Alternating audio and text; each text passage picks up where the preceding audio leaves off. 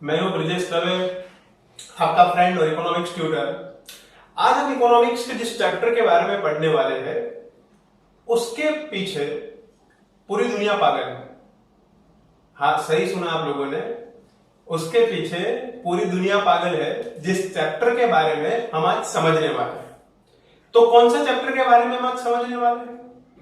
जिसके लिए मैं पढ़ा रहा हूं, जिसके लिए आप पढ़ रहे हो, जिसके लिए आपके पापा बिजनेस करते हैं, जिसके लिए आपके मम्मी या पापा जॉब करते हैं, उस चैप्टर का नाम है मनी एंड इन्फ्लेशन।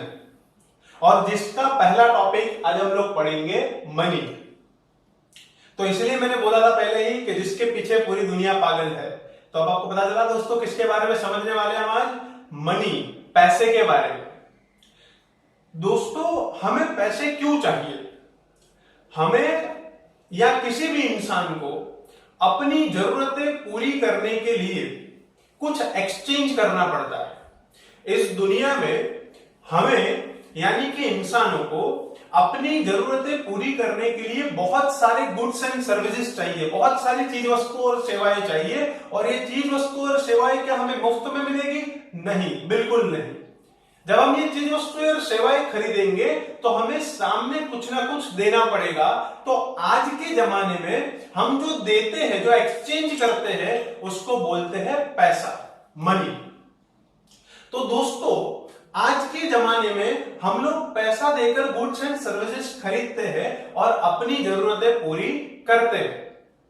तो मनी जो है वो सेंटर में है। उसके लिए हम जो भी एक्टिविटीज करते हैं उसको इकोनॉमिक एक्टिविटीज बोलते हैं। जो मैं कर रहा हूं, जो पढ़ाई करके अभी आप कर रहे हो, जिस एक्टिविटी के पीछे कुछ ना कुछ हासिल करने का लक्ष्य होता है, कुछ पाने का लक्ष्य होता है, उसको हम इकोनॉमिक एक्टिविटी बोलते हैं। और इसलिए आप, मैं और जितने भी लोग पैसे के लिए काम कर रहे हैं, कुछ पाने के लिए काम कर रहे हैं, हम सब इकोनॉमिक्स का हिस्सा है। इसलिए दोस्तों ये बहुत प्रैक्टिकल सब्जेक्ट है। तो बात करते हैं फिर से पैसे की। यहां पर एक सवाल कि क्या पहले से पैसा चला आ रहा है? क्या पहले भी ऐसी सिस्टम थी प्राचीन युग में? नहीं दोस्तों। तो पहले के लोग अपनी जरूरतें कैसे पूरी करते थे? उसका जवाब है बार्टर सिस्टम। दोस्तों, इसको बोलते हैं हिंदी में साटा पद्धति। और बार्टर सिस्टम ये एक ऐसी सिस्टम थी कि जहां पर लोग गुड्स एंड सर्विसेज के बदले में गुड्स एंड सर्विसेज एक्सचेंज करते थे। देखो दोस्तों, कैसे सिस्टम? गुड्स एंड सर्विसेज के बदले में गुड्स एंड सर्विसेज। उस वक्त पैसे नहीं थे। उस वक्त लोग जो खुद चीजें बनाते थे, उस वक्त जो खुद प्रोड्यूस करते थे, वो ज्यादा मात्रा में बनाकर अपने पास रखते थे। जब भी किसी चीज की जरूरत होती थी तो वो चीज लेकर, जो अपने पास जो ज्यादा प्रोड्यूस की है, वो लेकर जाते थे मार्केट में, वो देते थे और जिसकी जरूरत है वो ले लेते थे। ये थी barter system. So basically barter system is a system of exchanging goods and services against goods and services. ये थी बार्टर सिस्टम, साटा पद्धति। तो यहां पर सवाल ये होना चाहिए कि क्या बार्टर सिस्टम अच्छी नहीं थी? क्यों हमें पैसे ढूंढने की जरूरत पड़ी? क्यों पेपर मनी की हमें जरूरत पड़ी? तो दोस्तों, ऐसा नहीं था कि बार्टर सिस्टम अच्छी नहीं थी। परिवर्तन संसार का नियम है दोस्तों। Change is the rule of universe. उस वक्त के लिए बार्टर सिस्टम बहुत अच्छी थी, क्योंकि उस वक्त प्राचीन युग में, पहले के जमाने में ज्यादातर लोग गांव में रहते थे। उस वक्त लोगों की डिमांड बहुत ही कम थी और लोग स्वावलंबी थे, सेल्फ सफिशिएंट थे। जितनी भी चीजें चाहिए उनको, वो सब खुद ही बनाते थे। तो इसीलिए उस वक्त उनको पैसे की जरूरत नहीं थी, क्योंकि डिमांड बहुत ही कम थी, बहुत ही लिमिटेड चीजों की डिमांड थी। इसलिए उस वक्त बार्टर सिस्टम बहुत ही अच्छी थी। तो दोस्तों याद रखना, बार्टर सिस्टम बहुत ही अच्छी थी। तो फिर क्यों हमें पैसे की जरूरत पड़ी? तो दोस्तों, परिवर्तन संसार का नियम है। जैसे जैसे समय गुजरा वैसे वैसे लोगों की डिमांड बढ़ने लगी। लोग गांव से शहर में शिफ्ट होने लगे, इकोनॉमिक डेवलपमेंट होने लगा, नई नई चीजें मार्केट में आने लगी, जो डिमांड है वो बहुत बढ़ने लगी और डिमांड स्पेसिफिक होने लगी। स्पेसिफिक का मतलब ये होता है दोस्तों कि हमें पर्टिकुलरली यही चीज चाहिए, उसको बोलते हैं स्पेसिफिक डिमांड। जैसे कि पहले हेयर वॉश करने के लिए शैम्पू नहीं होता था, नई एक प्रोडक्ट बाजार में आई शैम्पू, लोग इसका इस्तेमाल करने लगे, लेकिन आज तो ऐसी स्पेसिफिक डिमांड हो गई है कि यही कंपनी का शैम्पू चाहिए, क्योंकि बहुत सारी कंपनियां शैम्पू बनाती है। इसको बोलते हैं स्पेसिफिक डिमांड।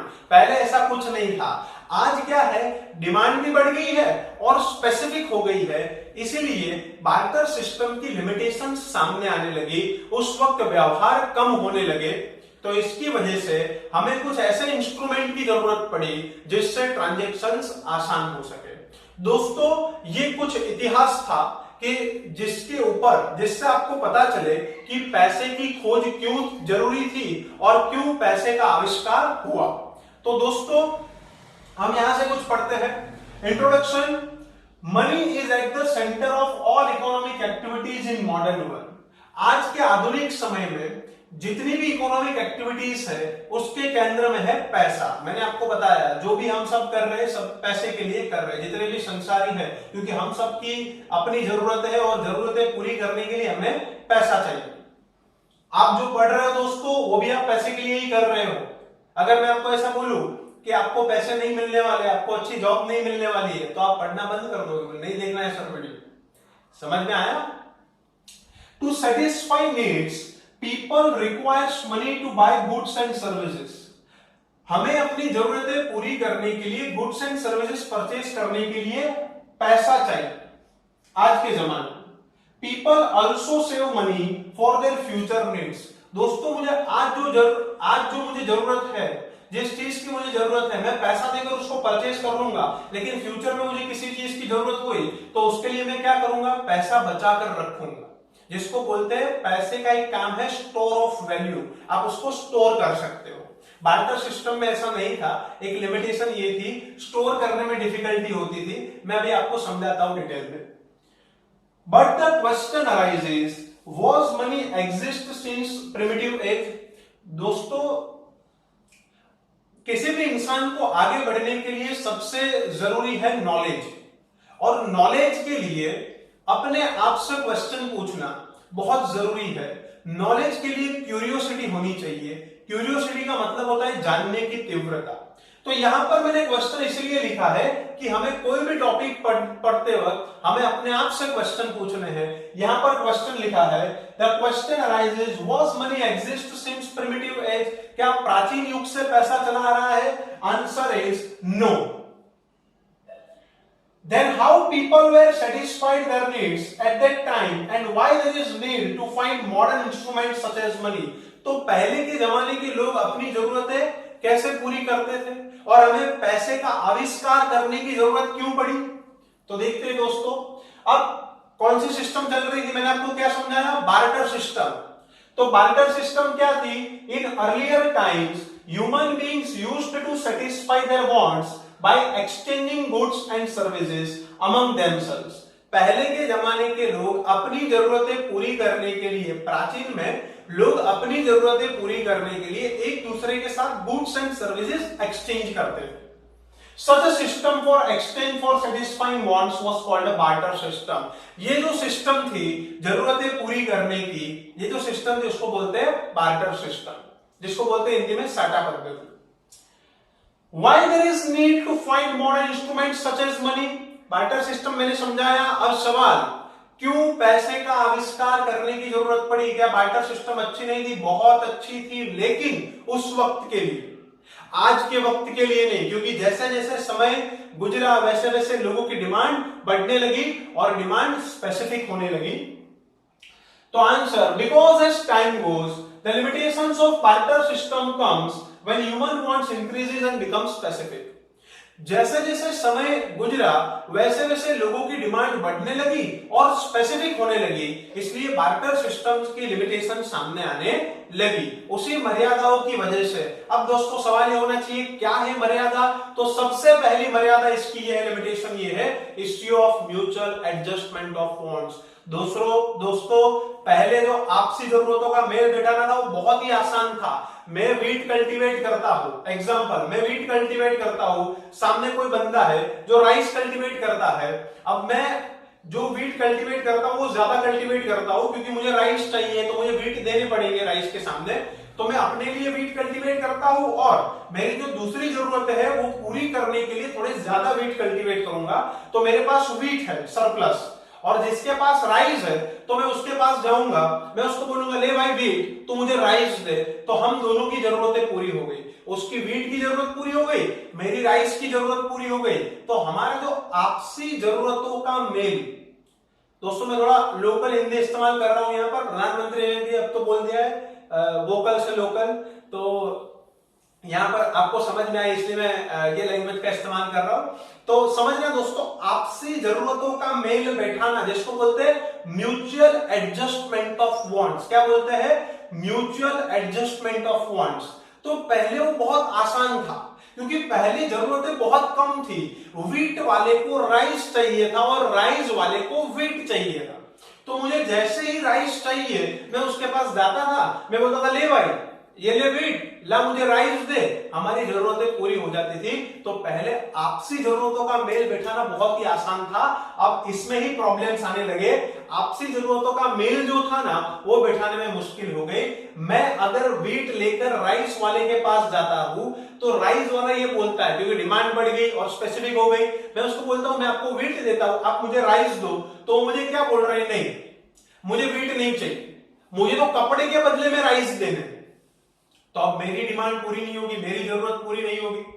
अब जिसके पास राइस है, दोस्तों ध्यान से इस एग्जांपल को विजुअलाइज करना, इमेजिन करना, तो ही मजा आएगा पढ़ने में, इंटरेस्ट आएगा और आप समझ पाओगे। मेरे पास वीट था, मैं राइस वाले के पास गया, वो बोल रहा है नहीं मुझे वीट चाहिए ही नहीं, तो मेरी जरूरत पूरी नहीं होगी। अब वो क्या बोल रहा है कि मुझे तो कपड़े चाहिए। अब वो जिसके पास कपड़े उसके पास जाता है, वो बोलता है भाई ये ले राइस, तू मुझे कपड़े दे, मुझे कपड़े की जरूरत है। वो टेलर के पास जाता है, तो वो जो जिसके पास कपड़े वो क्या बोलता है? नहीं मुझे राइस नहीं चाहिए, मुझे तो घी के बदले में कपड़ा देना है। तो जो राइस वाला है उसकी भी जरूरत पूरी नहीं हुई। अब जो कपड़ा वाला है, जो टेलर है जिसके पास कपड़ा है, वो जाता है घी वाले के पास, क्योंकि उसको घी चाहिए था, डेयरी वाले के पास जाता है। तो वो क्या बोलता है कि भाई ये ले कपड़े, तू मुझे घी दे। अब वो घी वाला क्या बोल रहा है कि नहीं मुझे कपड़े की जरूरत नहीं है। अब दोस्तों देखो, आपसी जो पहले आपसी तालमेल था, जो आपसी व्यवहार था, पहले जो आपसी तालमेल बिठाना था कितना आसान था, अब कितना डिफिकल्ट हो गया। यहां पर जरूरतें ही नहीं पूरी हो रही है। तो बार्टर सिस्टम में धीरे धीरे ट्रांजैक्शंस कम हो गए थे। इसकी वजह से हमें किसी एक ऐसे इंस्ट्रूमेंट की जरूरत पड़ी कि जिससे बहुत आसानी से ट्रांजैक्शन हो सके। तो पहली लिमिटेशन है issue of mutual adjustment of wants. Second limitation ये है दोस्तों, problem in storing value, difficulty in storing value. दोस्तों मैं वीट कल्टीवेट करता हूं, एग्जांपल मैं वीट कल्टीवेट करता हूं, अगर मेरे वीट लंबे समय तक मेरे साथ में रख पाऊं, अगर मैं उसको लंबे समय तक स्टोर कर पाऊं, तो अभी तो मैं अपनी डिमांड पूरी कर पाऊंगा, लेकिन फ्यूचर में जब भी मुझे जरूरत पड़ेगी तो मैं वीट लेकर जाऊंगा बाजार में और जो भी चीज मुझे चाहिए वो मैं लेकर आऊंगा। लेकिन यहां पर सवाल ये है, सवाल क्या है कि क्या वीट को लंबे समय तक स्टोर कर सकते हैं? नहीं। तो बार्टर सिस्टम की दूसरी लिमिटेशन ये थी कि कोई भी चीज हो उसको आप लंबे समय तक स्टोर नहीं कर सकते थे। जो चीज आपके पास सरप्लस पड़ी है तुरंत ही आपको बेचकर जो चीजें चाहिए वो ले लेनी पड़ती थी, नहीं तो वो चीज अगर बिगड़ गई तो आपकी जरूरतें पूरी नहीं होगी। तो आप स्टोर नहीं कर सकते। पैसे में तो आप सालों तक, अपनी 7 पीढ़ियों तक, पीढ़ियों की पीढ़ियों तक आप स्टोर कर सकते हो, अगर डीमोनेटाइजेशन ना हो तो। अगर हो चेंज करवा सकते हो, जो हुआ था। आपके नॉलेज के लिए, इंफॉर्मेशन के लिए बता रहा हूं। लेकिन पैसे को आप लंबे समय तक स्टोर कर सकते हो दोस्तों। अब तीसरी जो लिमिटेशन थी, तो तीसरी आपको समझ में आ गई, डिफिकल्टी इन स्टोरिंग वैल्यू। तीसरी जो लिमिटेशन है वो है problem of measurement of value. दोस्तों जैसे जैसे समय गुजरा, जैसे जैसे परिवर्तन आया, बहुत सारी नई नई चीज आई, इंडस्ट्रियल रिवॉल्यूशन आया, बाजार में नई नई चीजें आई। अब दोस्तों बार्टर सिस्टम में मुझे वीट के बदले में सारी चीजों की वैल्यू, 1 किलो किलोग्राम वीट के बदले में इतने राइस, 1 किलोग्राम वीट के बदले में इतना कपड़ा, 1 किलोग्राम वीट के बदले में इतना घी, 1 किलोग्राम वीट के बदले में इतना कपड़ा। तो ये सब कुछ मुझे याद रखना पड़ेगा। और दूसरी बात, उसमें कोई वैल्यू फिक्स भी नहीं होती है। अगर मुझे गरज है, अगर मुझे चाहिए और सामने वाले को मेरी चीज नहीं चाहिए, वीट नहीं चाहिए, लेकिन मुझे राइस चाहिए, तो मुझे उसके साथ ऐसी डील करनी पड़ेगी कि जिसमें मुझे ज्यादा वीट देने पड़ेंगे और वो मुझे कम राइस देंगे। तो कोई वैल्यू फिक्स नहीं थी। आज ऐसा नहीं है दोस्तों कि आपको अगर भूख लगी है और आप पार्ले जी बिस्किट लेने जा रहे हो तो दुकान वाला आपसे 5 रुपए की जगह 6 रुपए नहीं लेगा, क्योंकि आज वैल्यू फिक्स है। पहले ऐसा कुछ नहीं था। अलग अलग चीजों की अलग अलग वैल्यूज याद रखनी पड़ती थी, जो कि बहुत डिफिकल्ट था। और दूसरी बात, हर बार वैल्यू एक जैसी हो ऐसा जरूरी नहीं था। जिसको गरज हो उसको ज्यादा चीजें भी देकर कम चीजें लेनी पड़ती थी। ये प्रॉब्लम था बार्टर सिस्टम में। So there are 3 limitations in barter system. First is issue of mutual adjustment of funds, second is difficulty in storing value, and third is problem of measurement of value. इसलिए हमें कुछ ऐसे माध्यम की, कोई एक ऐसा इंस्ट्रूमेंट चाहिए जिससे ट्रांजैक्शंस बहुत आसानी से हो सके और सब लोग अपनी जरूरतें पूरी कर सके।